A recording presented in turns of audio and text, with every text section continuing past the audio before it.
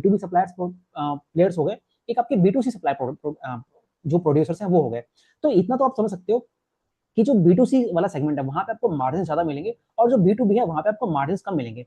अब इसी में अगर आप देखेंगे जो पूरी वर्ल्ड इकोनॉमी को अगर आप देखते हो ना केबल एंड वायर स्पेस की, तो यू विल फाइंड जो चाइना की इकोनॉमी है आप देख रहे हो यहाँ पे मतलब लो कॉस्ट प्रोडक्शन होता है।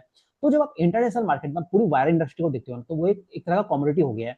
तो अब देखिए जो इंडिया के जितने भी इंटरनल प्लेयर हो गए यहाँ पे आपके जैसे पोलीकैब, केईआई हो गया, आरआर केबल हो गया, इनका जो पूरा नेटवर्क है ना एक लार्ज चंक ऑफ ये लोग सर्व करते हैं आपके डोमेस्टिक मार्केट में सर्व करते हैं। वहीं पे पोलीकैब मान लीजिए लगभग 10% जो है इनका पूरा रेवेन्यू एक्सपोर्ट से आता है। आरआर केबल का भी उसके आसपास या उससे थोड़ा कम आता होगा। आरआर केबल कह रहा हूँ केईआई इंडस्ट्रीज की बात कर रहा हूँ।